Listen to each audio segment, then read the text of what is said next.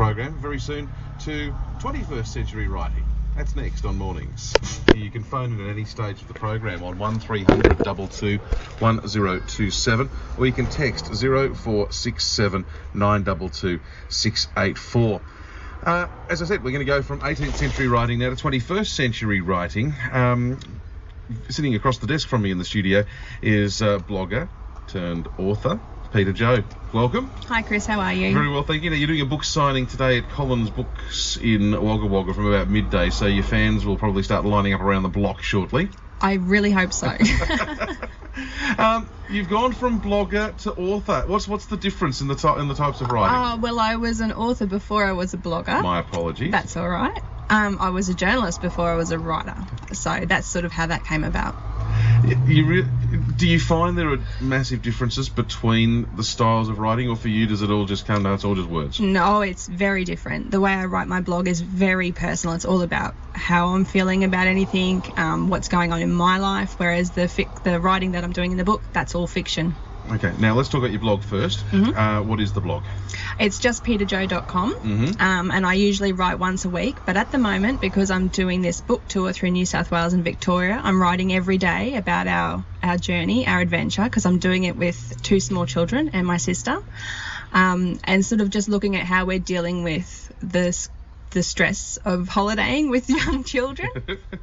And how do you become a successful blogger? Because there would be millions of people now, I would reckon, around the world writing blogs, and some of them just sit there and languish and no one ever looks at them. How do you become a successful blogger? Perseverance, I think, is a big thing. You need to find your own voice too. I think a lot of people can spot when you're trying to be something that you're not. So you find what works for you, what you're comfortable doing, and stick with that. Try and blog frequently. Mm-hmm. Enter competitions and read lots of other blogs, see what other people are doing, and just get a feel for who you have things in common with.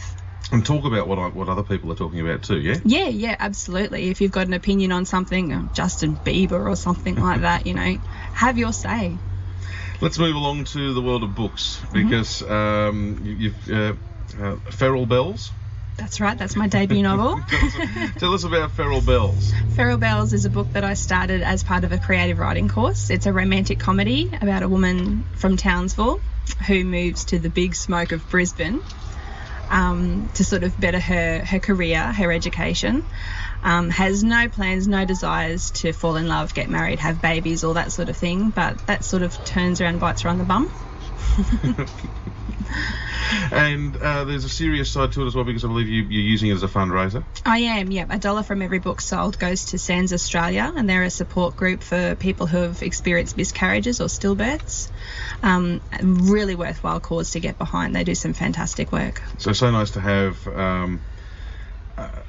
a serious side to the humour. Yes, yeah.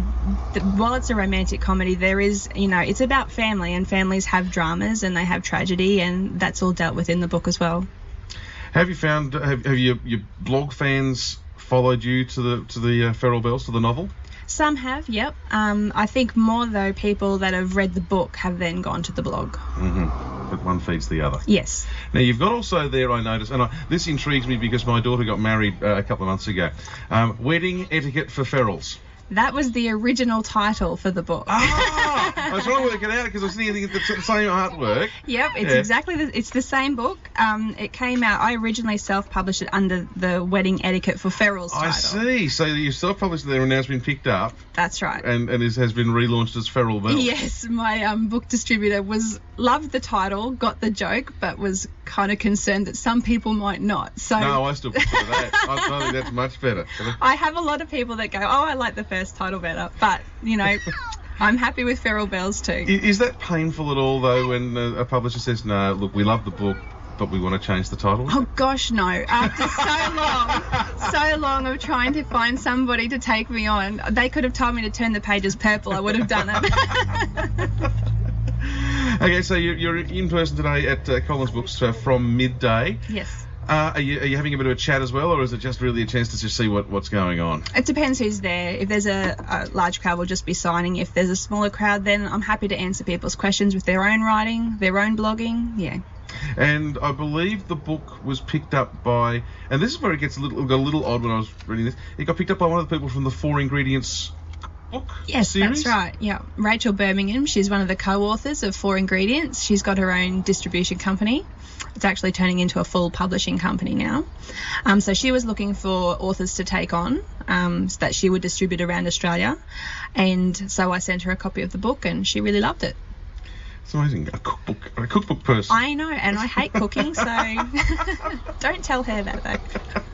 And as you said, you're blogging while you're on your way around New South Wales. Where else have you got to go to? Well, I'm sort of at the tail end of it now. I've got to go to Albury, Wodonga, down to Shepparton, then to Melbourne. Okay. Well, best of luck with the rest of the tour, and hopefully Feral Bells becomes a huge success. And as I said before, terrific to hear that it's raising money for women who've suffered miscarriages as well, which is a terrific charity. A very, very dear friend of mine had 7 miscarriages before she had her first baby. It was utterly devastating time and time again. So a really, really worthy cause. So congratulations on that aspect, and all the very best of luck with Feral Bells. Thank you for having me in the studio. You should have that as a subtitle. You should have that as a subtitle. Feral Bells, wedding etiquette for ferals. That would have worked, I think. Thanks, Chris. Great of you to come in, Peta Jo. Thank you very much. You can catch Peta Jo in person today at Collins Books in Wagga Wagga.